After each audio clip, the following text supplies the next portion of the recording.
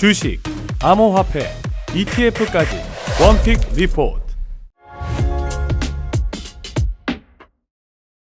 퇴직연금이 이제 아까 말씀해 주셨던 것처럼 900만 원, 예. 매월 75만 원씩 예. 이렇게 채워야 되는데 어떻게 채울지 고민하는 분들이 많거든요. 예. 구체적으로 포트폴리오를 우리 센터장님 조언해 주신다면 어떨까요? 그러니까 저는 먼저 이제 말씀드리고 싶은 게 이제 인덱스 투자를 소액이라도 해야 된다고 생각해서 시장을 이해하려면 아까도 말씀드린 것처럼 만약에 이제 S&P 500 갖고 말을 드리겠습니다. 이것이 꼭 사란 얘기가 아니에요. 여러분들께 예를 들어서 말씀드리는 거고 그러니까 이거를 이해하면 다른 자산을 여러분들께서 투자하실 때도 상당히 좀 편하게 이해하실 수가 있습니다. 첫 번째 뭐냐면 인덱스를 산다는 것은 미국 시장 전체를 사는 겁니다. 뭐 한국의 코스피 200을 산다는 것도 한국 시장 전체를 산다는 거고 근데 이제 이 시장 전체를 사면 망하는 회사도 나오고 성공하는 회사도 나오면서 막 이게 상쇄가 됩니다. 그렇죠. 그러면서 사실 시장을 이끌고 가는 거는 상위 몇 % 종목이 지수 끌고 가는 거예요. 이런 연구 결과들은 많이 있거든요. 우리가 뭐 500개 종목이 다 오르는 게 아니에요. 이 중에서 몇 개가 끌고 올라가는데 마칠 능력이 되는 사람들은 이거 사면 되는 거고 마칠 능력이 안 되는 사람들은 인덱스만 사더라도 수익률은 좀 떨어지겠지만 우상향하는 효과를 얻을 수 있다라는 거죠. 그리고 두 번째는 뭐냐면은 인덱스라는 것은 승자의 기록입니다. 그 S&P 500이라는 기업 자체가 고정된 게 아니잖아요. 주기적으로 바꿔 껴줍니다. 리밸런싱이라고 그러죠. 그러니까 실패한 기업들은 버리고 다시 성공한 기업을 채워놓습니다. 그래서 승자의 기록인 거예요.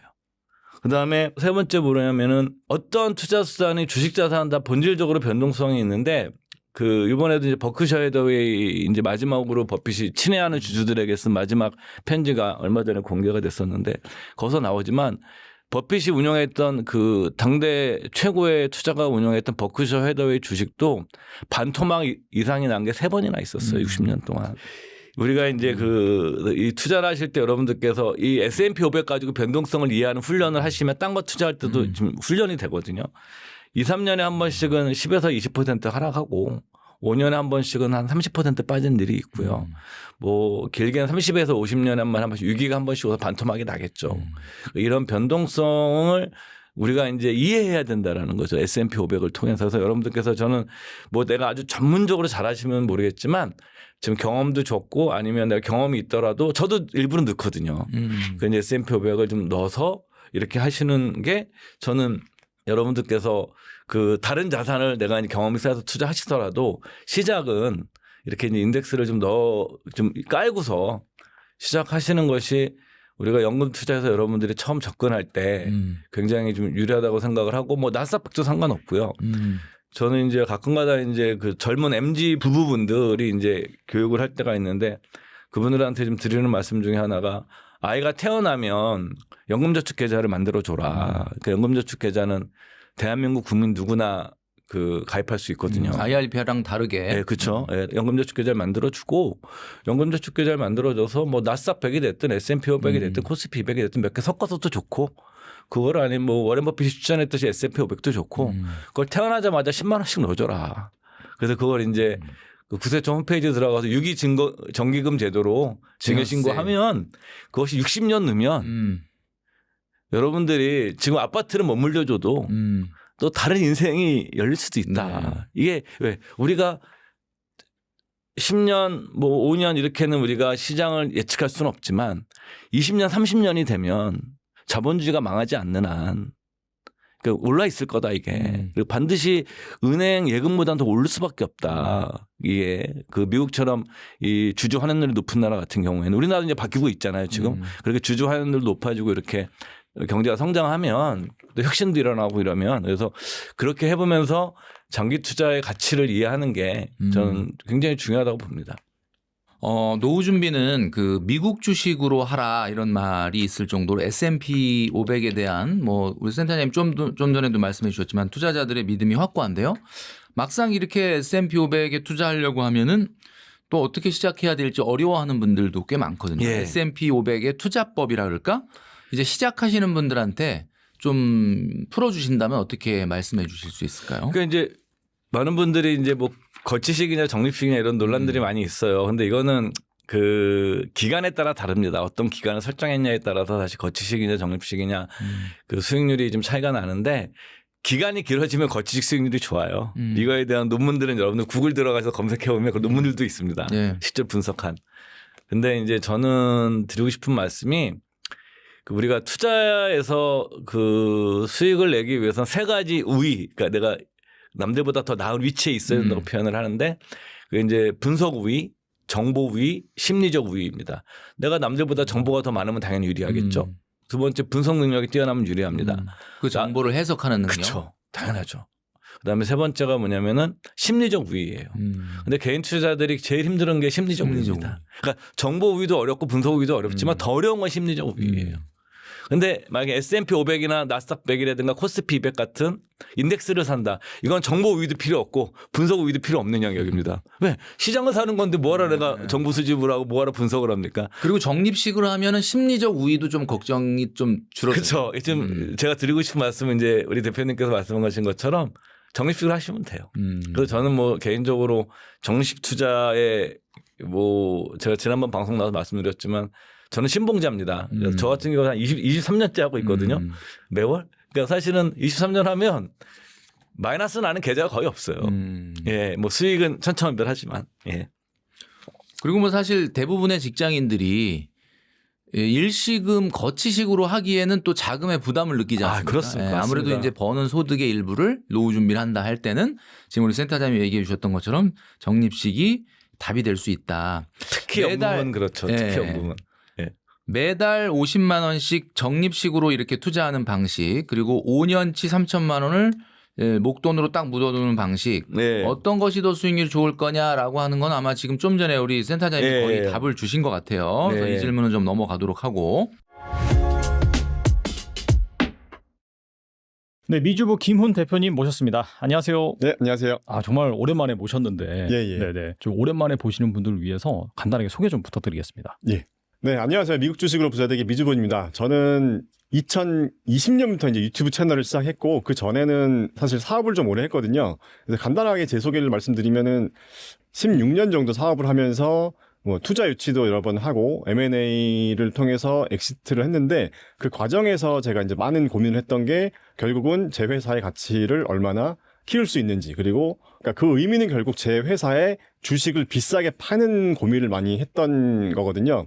근데 지금은 반대의 입장에서 어떤 유망한 회사의 주식을 싸게 살 수 있을지 고민을 하면서 종목을 발굴하고 분석하는 그런 영상들을 많이 올리고 있습니다. 그래서 건강한 투자 철학을 바탕으로 장기 투자를 하는 그런 영상들을 많이 올리고 있고 제가 오늘 말씀드리는 것들도 그런 관점으로 한번 봐주셨으면 좋겠습니다. 나만의 투자 루틴을 완성하는 미주부 주식 투자 수업이라는 예. 또 책도 출간을 하셨고 예. 뭐 대부분의 직장인 투자자들이 지금 자기가 그 노후를 어떻게 지금 설계를 해야 되는지 예. 지금 뭐 우리나라 뭐 연금 제도가 있긴 하지만 고갈 이슈는 끊임없이 나오고 있고 예. 정말 개인 연금을 마련하지 않으면은 노후에 정말 비참한 생활을 보낼 수도 있다라는 예. 그런 불안감이 있잖아요. 예. 그래서 이런 직장인 투자자들이 지금 어떻게 그 현금 흐름을 만들 수 있을지 저 투자 관점에서 말씀해 준다면요. 예.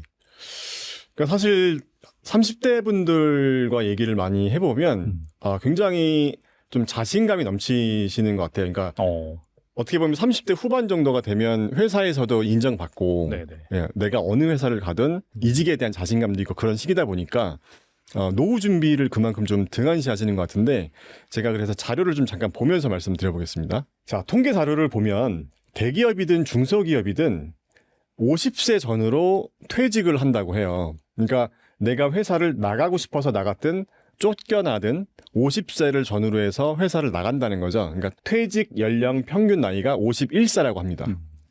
자, 그러면 51세에 퇴직하면은 실제로 이제 그냥 은퇴를 해서 그냥 연금 받고 이렇게 사는 거냐? 근데 그게 아니에요. 여기 이 자료를 보시면 한국 같은 경우는 실질적인 은퇴 연령이 72세라고 해요.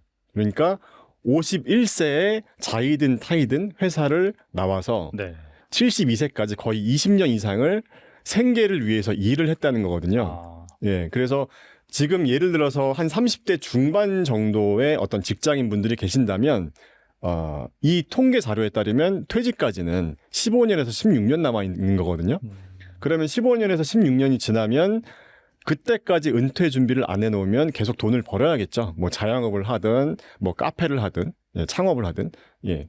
그러니까 각자의 현재 나이가 몇 살인지 한번 계산을 해보시면서 51세를 기준으로 한번 은퇴 계획을 한번 세워보셨으면 좋겠어요. 그래서 정리를 하면 50세가 퇴직 나이, 은퇴 나이는 72세, 20년 정도를 더 돈을 벌어야 되는 거고 기대 수명은 83세라고 합니다. 그러니까 50세에 만약에 퇴직을 했다고 하면 한 30년 이상을 먹고 살 걱정을 또 대비를 해놔야 되기 때문에 그런 고민을 지금 직장인분들이 미리 하셨으면 좋겠고 자 그러면 얼마가 있으면 퇴직을 할 수가 있을 것인가에 대한 설문조사를 해봤더니 13억 7천만 원 정도가 이제 평균값이 나왔어요. 그래서 이 13억 7천만 원이 어떻게 나온 금액이냐를 봤더니 여기서 25배의 법칙이라는 게 나오는데 이게 무슨 말이냐면 화면 우측 하단을 보시면 연 생활비가 5,480만 원을 쓴다고 가정하면 가구당 기준으로 한번 가정해 볼게요.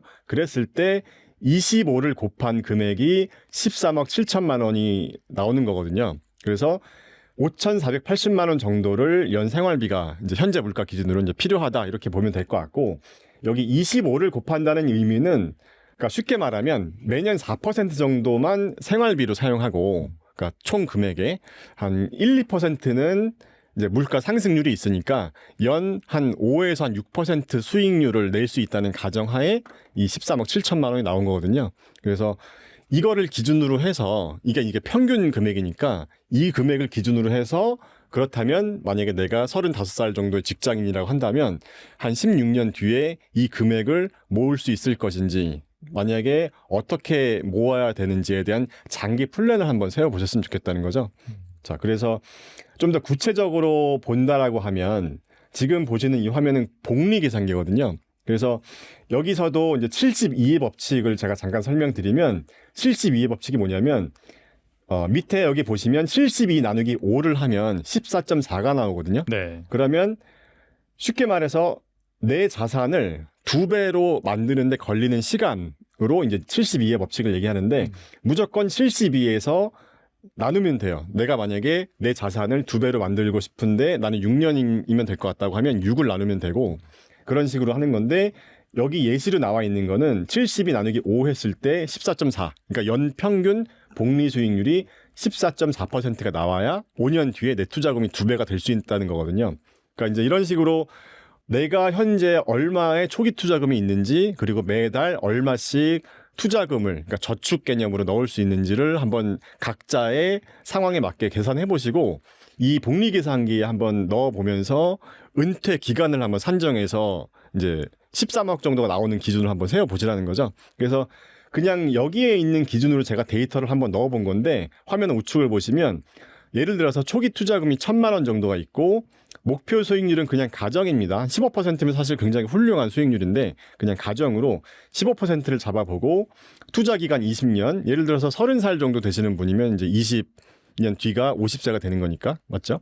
예, 그러면 20년을 잡고 월급에서 모든 비용 빼고 매달 저축으로 한 100만 원 정도를 투자할 수 있다고 한다면 20년 후에 내 투자금이 어떻게 될 것인가 복리 계산기로 계산을 해본다면 목표 수익률은 15%입니다. 그랬을 경우에 투자 원금이 1,000만 원 플러스 초기 투자금 매월 적립식으로 이제 저축한 그 금액이 원금 기준 2억 4천만 원이고 이 왼쪽을 보시면 이 투자금이 복리 이자가 붙어서 거의 한 17억 정도가 되거든요. 지금 이 복리 계산기는 달러로 되어 있는데 그냥 편의상 환율 1,000원으로 그냥 계산해서 제가 말씀드린 겁니다. 그래서 정확하게는 16억 9천만 원 정도가 되는 금액이 되는 거고 여기서 복리 이자만 14억 4천만 원이 되는 거거든요. 그럼 아까 제가 바로 전에 말씀드린 약 13억 7천만 원 정도가 나오게 이 다른 숫자들을 수정해 보실 수가 있겠죠. 예를 들면 초기 투자금이 한 3천만 원이 있는 분들도 있고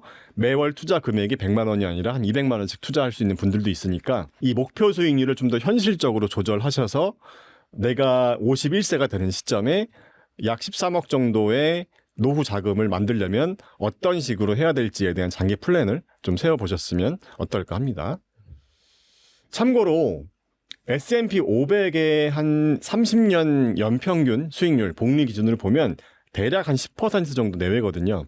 그러니까 워렌 버핏도 그런 얘기 했잖아요. 시장을 이기는 투자가 굉장히 힘들다. 뭐 그런 얘기를 한 것처럼 10% 정도를 기준으로 전후로 나는 좀 더 욕심을 낸다면 좀 더 공격적인 투자 전략을 세워볼 수 있을 것이고 나는 좀 여유 자금이 있어서 좀 더 방어적인 원금을 좀 더 지키면서 방어적인 투자 전략을 한다면 연간 목표 수익률을 10%보다 좀 낮게 잡으면서 좀 더 방어적인 포트폴리오 전략을 세워볼 수도 있겠죠. 노후에 필요한 최소 생활비 아까도 이제 한 300만 원 요 얘기를 많이 했는데 국민연금을 제외하고 개인연금과 퇴직연금 계좌에서 한 200~300 정도 나오게 준비를 하는 것이 좋을 것 같습니다. 예. 배당 성장 ETF를 통해서 한 200만 원, 300만 원 정도의 현금 흐름을 만드는 거 이게 어떻게 지금은 50대나 60대들한테 가능할까 생각이 되는데 이게 한 달에 지금 한 50만 원, 60만 원밖에 여윳돈이 없다라고 했을 때 어떤 연금 상품으로 이런 현금 흐름을 만드는 게 좀 적절할까요? 이게 이제 굉장히 어렵습니다. 사실 이런 구조는 그 예를 들어서 뭐 50대인데 월 50만 원이면 10년 더 다닐 수 있는 거잖아요. 뭐 극단적으로 계산해 보면 60세까지 다닌다고 치고 한 6천만 원? 6천만 원 그러니까 6천만 원 동안 어떤 자산을 모아나갈 것인가에 대한 개념이에요. 그죠? 제가 이제 뭐냐면 이런 분들한테 추천드리고 싶은 것은 이제 뭐냐면은 그러니까 내가 이제 어떤 확신 있고 전문성이 있고 뭐 이렇게 투자를 잘 아시면 뭐 하셔도 되는데 이런 분들은 좀 몇 개 나눠서 저는 뭐 인덱스라든가 아니면 뭐 배당 성장 ETF라든가 아니면 커버드 콜 같은 상품은 아주 그 수익률 높은 거 말고 낮은 거. 올해 낮은 걸 찾으시는 걸 추천드리고 싶어요. 왜냐하면 높은 것들은 당연히 공짜가 없기 때문에 예, 변동성이 있어서 이런 것들을 제가 한 자산을 한 2~3개 정도를 이렇게 캐시플로우를 만들어낼 수 있는 자산 장기적으로 이런 것들을 50만 원씩 계속 내가 계속 이렇게 그 뭐 영어 써서 죄송한데 뭐 거창하게 하지만 이걸 뭐냐면 내가 이거를 투자한다는 개념보다는 게더링 수집한다라는 개념으로 계속 모아둔다. 네. 그래서 내가 현금 흐름이 나오는 자산들을 계속 게더링해서 내가 한 뭐 5년이든 10년이든 게더링해서 하다 보게 되면 얘네들이 뭐 매년 조금씩 늘어나거든요 현금이. 그래서 받은 돈을 그럼 어떻게 됩니까? 여기서 배당 받으면은 어떻게 해야 돼요? 계속 무조건 사야 돼요. 그래서 배당의 재투자 효과가 있어야 되거든요. 배당의 재투자 효과와 그냥 배당금만 받아 쓰는 것은 한 5년만 지나도 굉장히 많이 벌어집니다. 10년이면 더 많이 벌어집니다 이게. 그러니까 여러분들께서 50대라고 하시면 짧게는 5년 길게 10년 남으신 거니까 10년 동안 내가 그런 캐시플로우 자산들을 딱 게더링하면서 거기 나오는 매일 나올 테니까 그걸 계속 더 사가지고 그러니까 캐시플로우 효과를 극대화시켜나가는 방향으로 하는 게 좀 맞다고 보고 물론 이제 내가 투자 경험이 있고 지식도 있고 이러신 분들은 굳이 이렇게 보수적 접근 안 하셔도 되죠. 자기가 이제 맡아서 투자하시면 되니까. 예. 그렇게 이제 우리가 아까 말씀해 주셨던 우리 센터장님 얘기해 주신 그 심리적 우위 면에서도 유리한 게 이제 적립식 투자인데 예를 들면 시장이 한 번씩 아까 말씀해 주셨던 것처럼 굉장히 요동칠 때가 있지 않습니까? 예. 뭐 2026년도도 뭐 올해처럼 올해도 뭐 한 번, 두 번 정도는 살짝 좀 이렇게 조정 비슷한 그런 상황이 있었는데 내년에 이제 그런 일이 생기게 되면 이렇게 투자 경험이 없는 분들 같은 경우는 꾸준히 모아가라라는 센터장님 말을 실천하다가도 시장이 한번 크게 흔들릴 때가 오면 약간 회의감이 들잖아요. 당연히 들죠. 그럴 때도 그냥 꾸준히 이렇게 적립식으로 해야 되나요? 아니면 그럴 때는 조금 더 공격적으로 일시금을 좀 저가 매수의 기회로 삼는 게 좋을까요? 그러니까 저는 그 둘 다 좋다고 생각하고요. 최악이 뭐냐면 안 하는 거. 예, 빼버리는 겁니다. 더 떨어질까 봐. 이게 최악이에요. 그러니까 저는 뭐냐면은 여러분들께서 최악만 안 하시면 돼요. 그러니까 내가 이제 뭐 배포가 있어가지고 느타 많이 빠져서 내가 추가 불입할 수 있는 분들 하시면 좋고 나는 저 무서워. 근데 내가 늘 넣고 있는 50만 원은 그냥 안 해도 될 것 같아. 이게 제일 좋은 거고 최악은 최악. 파는 겁니다. 그러니까 그것만 안 하시면 돼요. 네. 그게 이제 또 그렇게 크게 손상된 상태에서 팔면은 이게 아무런 의미가 없게 되는. 그렇죠. 왜냐하면 스스로 손실을 확정시키시는 거니까. 그리고 이제 시장은 또 3년 5년 기다리면 또 오르거든요. 그러니까 이제 여러분들께서 제가 S&P 500을 예를 들어 말씀드린 거지만 방향은 우리가 알아요. 자본주의가 망하지 않는 한 주가는 언젠가 오른다. 근데 그 언제와 얼마나 빠질지 모르기 때문에 두려운 거거든요. 그러니까 여러분들께서 근데 먼저 언젠가는 오른다라는 것 자체를 먼저 믿으셔야 돼요. 예, 힘드시겠지만. 그 현재 목돈 1억 원이 있는 한 3, 40대 직장인들 노후를 위해서 이 1억을 한 10억까지 키우고 싶다. 뭐 한 시간이 20년, 25년 이 정도 남은 건데 노후 자산을 10억까지 불리고 싶다 그러면 센터님이 보시기에 기간이 아까보다 50대가 투자한 것보다는 좀 많이 남아 있는 거 아닙니까? 예. 20년 넘게 남아 있는 거니까 어디에 투자하는 게 좋을까요? 저는 이런 분들이 꼭 이제 우리가 알아야 되는 것 중에 뭐냐면 그 워렌 버핏의 철학을 공감한 모니시 파브라이라는 그 파브라시 인베스트먼트의 유명한 투자가 있습니다. 유튜브 가시면 이분 뭐 인터뷰도 많이 나오고 뭐 대단한 투자가인데 모니시 파브라이가 한 얘기 중에 뭐냐면은 72의 법칙은 의무적으로 가르쳐야 된다 이런 인터뷰 내용이 나와요. 그 72의 법칙이라는 것은 뭐냐면 내 돈이 2배가 되는데 걸리는 시간을 얘기하는 거거든요. 예를 들어서 연 10%를 나면 그러니까 72를 10으로 나누면 7.2년이니까 대략 7년 뒤에 2배가 납니다. 여러분들 뭐냐면은 쉽게 생각하시면 여러분들이 매년 연평균 15%를 올리실 수 있으면 거의 5년에 한 번씩 2배가 됩니다. 정확하진 않아도 대략. 그럼 만약에 여러분 15% 올리시면 만약에 딱 1억이 있으시면 5년 뒤에는 2억이 될 것이고 다시 2억이 5년 뒤엔 4억이 될 것이고 4년이 5년 뒤엔 8억이 될 것이고 8억이 5년 뒤엔 16억이 될 겁니다. 그다음에 더 기하급수적으로 늘어나겠죠. 그래서 여러분들이 먼저 어떤 상품이냐가 중요한 것이 아니라 이런 어느 정도 수익률이 됐을 때 내가 이 의미 있는 변화가 일어나느냐 장기적으로 이걸 이해하셔야 되고 두 번째는 뭐냐면은 가장 기본이 되는 게 시장 수익률이라는 거예요. 시장 수익률이 그러면은 그 S&P 500을 볼 수밖에 없는 거죠. 이게 뭐 한국은 그렇지 못했거든요. 과거에 한 3% 나온 적이 있었는데 뭐 올해 같은 건 엄청 많이 올랐죠. 많이 올랐고 한국도 좀 많이 좋아질 거라고 봅니다. 이런 측면에서는 과거보다는. 근데 미국이 가장 데이터가 많은 나라니까 미국 걸 우리가 기준으로 삼으면 S&P 500이 뭐 시기마다 다른데 대략 한 8에서 12% 정도의 연평균 수익률이 나왔어요. 그 S&P 500 우리가 8년으로 잡겠습니다. 8%로 잡겠습니다. 그러면은 대략 9년에 한 번씩 2배가 내 돈이 2배가 되는 거죠. 71을 8로 나누면. 그러니까 뭐 내가 좀 더 써서 한 10%다 그러면 7년에 한 번씩 2배가 되는 겁니다. 여러분들도 생각해 보세요. 1억이면 여러분들 10%만 따도 나이 먹어서 30이면 됩니다. 그러니까 여러분들이 뭐냐면 어떤 상품이 중요한 게 아니라 어떤 수익률을 가진 자산을 내가 가지고 있을 것이냐에 관한 거예요. 그럼 여기서 뭐냐면 내가 시장 수익률만으로도 8에서 10%는 가능하다는 겁니다. 그럼 여러분들이 여기서 내 액티브하게 어떤 행동을 해야 되잖아요. 그럼 여러분들 그 이상을 벌으셔야 되는 거예요. 그러니까 이걸 하실 수 있으면 당연히 10억이 되겠죠.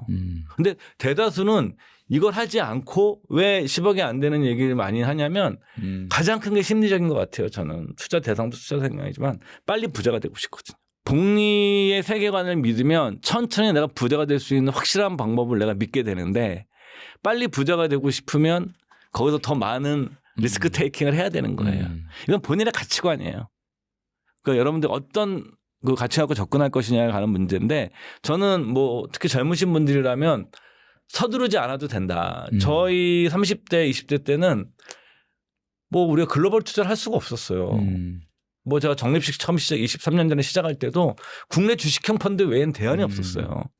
근데 여러분들은 이제 젊은 세대 분들은 이 글로벌 세대고 그 대안도 많이 있고 그리고 청 안 되면 뭐 인덱스 투자도 얼마든지 할 수 있는 세상이 열렸기 때문에 여러분들께서 어디에 투자한다라는 개념보다 더 중요한 건 뭐냐면 내 수익률을 어느 정도 가져가야 되고 시장 수익률이 어떤 의미를 가지고 있고 이것을 내가 복리로 운용했을 때 어느 정도에 될 거냐. 그러면 1억이면 제 생각에는 가능해요. 충분히. 이거 충분히 가능합니다.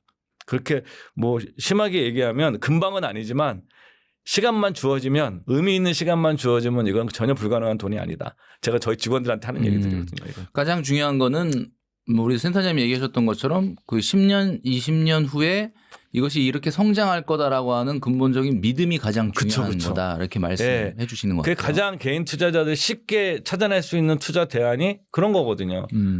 뭐냐면 인덱스라든가 배당 성장이라든가 이런 것들은 딱 검증이 되어 있는 거거든요. 이미 시장에서 역사적으로. 예. 네, 반대로 또 이제 막 좀 있으면 이제 은퇴를 해야 되는데 노후 준비가 전혀 안 돼 있고 퇴직금 1억만 가지고 어떻게 보면은 은퇴를 하시는 분들도 있을 텐데 물론 아까 우리 센터장님 얘기해 주셨던 것처럼 어떤 이런 세컨 잡 같은 거 이런 것들 예. 좀 하는 게 좋다고 하셨는데 1억 정도의 이 퇴직금을 좀 마음 편하게 묻어두면서 물론 100% 그걸로 수익으로 예. 생활은 안 되겠지만 어느 정도 뭐 생활비 한 100만 원이든 150만 원 이렇게 생활비를 좀 받아내기 위한 나름대로의 어떤 상품을 한다. 그러면 센터장님이 어떤 것들을 좀 추천해 주실 수 있을까요? 사실은 뭐 저도 이런 질문을 많이 받는데 사실 정답이 없죠. 이게 사실 그런 상품이 어디 있겠습니까? 저는 투자의 세계에서 만약에 당신의 삶을 구원을 약속하는 존재가 있다고 그러면 다 사기꾼입니다. 그거는. 지들이 그걸 알면은 왜 그렇게 하겠습니까? 그러니까 투자의 세계는 구원자가 없습니다. 원래. 예, 투자의 세계는 자기 책임의 원리가 작동되는 시장이지 어떤 구원자가 어떤 메시아나 구원자가 나타나서 여러분들에게 이렇게 뭐 어떤 계시를 줘서 이거 하나 들면 해결이 될 거다라는 것이 어디 있겠습니까? 그리고 그런 것들은 다 사기고요. 그리고 실질적으로 그런 사기도 많이 일어나고 있고 현재.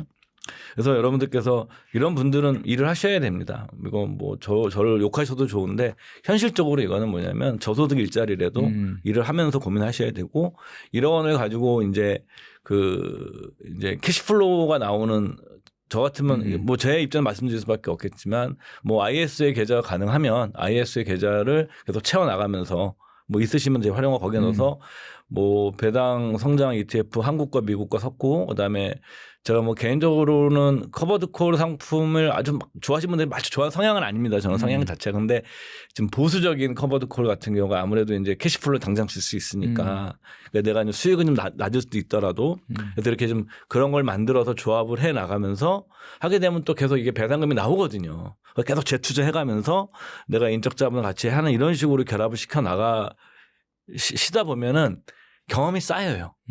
그러면서 이제 자기의 답을 찾아 나가는 시기가 저는 올 거라고 봅니다. 예. 네. 그렇다면은 어떻게 우리가 노후를 설계해야 되는지 네. 말씀해 주셨는데 실질적으로 투자자들이 궁금해하는 건 어떻게 그럼 투자를 해야 되는지 그 부분이거든요. 네. 여기에 대해서 말씀해 주신다면요. 예. 근데 사실 이제 우리가 뭐 주식 투자를 기준으로 말씀을 드리면 개별 종목에 투자를 하는 방법도 있고 그냥 조금 더 안전하게 ETF에 투자를 하는 방법도 있는데 일단 개별 종목은 제가 개인적으로는 주식 투자에 할애할 공부할 시간이 많지 않은 분들은 ETF로만 투자 전략을 한번 잡아보시라고 말씀드리는데 그 위주로 먼저 한번 설명드려 보겠습니다. 지금 보시는 이 화면은 연도별 어떤 자산들이 좋았는지를 보여주는 자료인데요. 어떤 연도에는 뭐 대형주가 좋을 때도 있고 어떤 연도는 뭐 리츠, 어떤 연도는 뭐 신흥국이 좋을 때도 있고 우리가 이런 것들을 다 예측을 하는 게 사실 불가능하잖아요.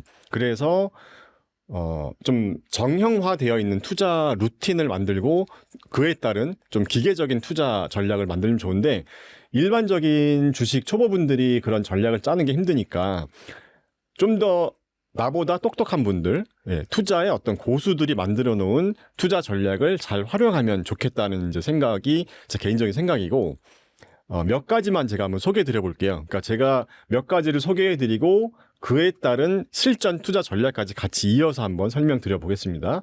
자, 그래서 지금 어떤 주식을 사면 되냐, 어떤 종목을 사면 되냐라고 봤을 때 자, 먼저 화면을 보시면 자, 이런 자산 배분 전략이 있어요. 그래서 여기 보시면 PAA 전략이라고 되어 있는데 Protective Asset Allocation이라고 해서 보호적 자산 배분 전략이라고 되어 있는데 말 그대로 프로텍티브가 있는 것처럼 좀 되게 방어적인 자산 배분 전략이거든요. 그래서 어떤 전략인지 간단하게만 설명드릴게요.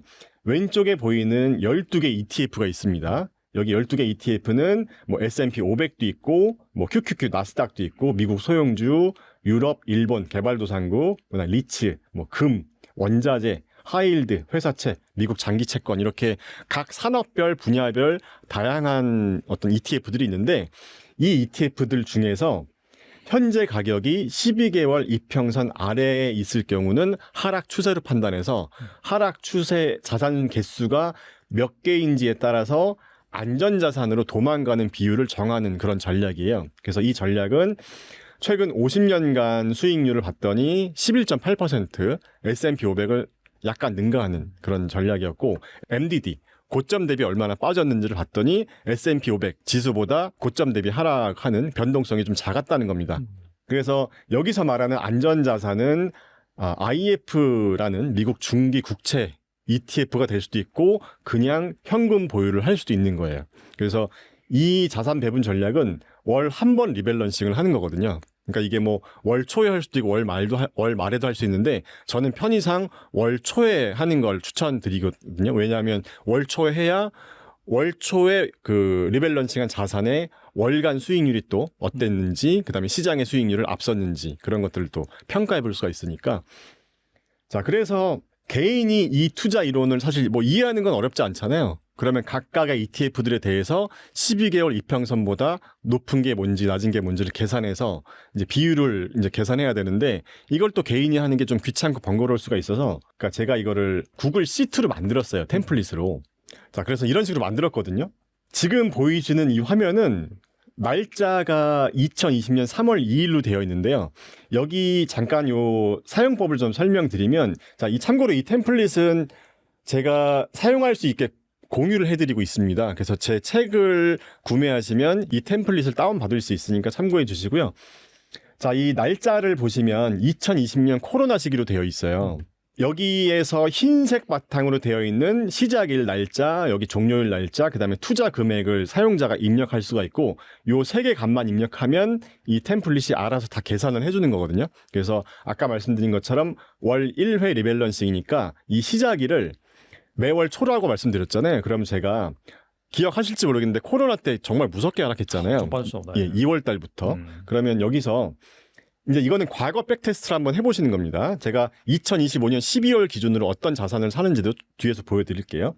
자, 먼저 이 자산 배분 전략이 실제로 방어가 잘 됐는지를 한번 검증해 볼 필요도 있잖아요. 그러면 날짜를 2020년 2월 3일 그 거래일 기준으로 해놓고 이 종료일을 2020년 2월 28일 한 달을 보는 거죠.